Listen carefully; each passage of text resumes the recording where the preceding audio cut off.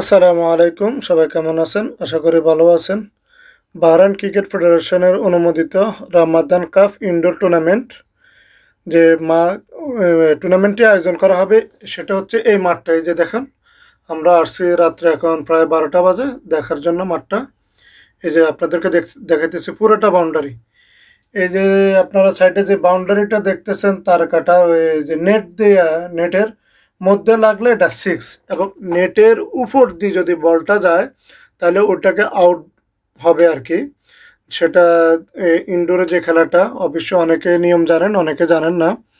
যে এই যে দেখেন, এই নেটটার উপরে গেলে ওটা আউট হবে এবং নেটে লাগলে এটা সিক্স।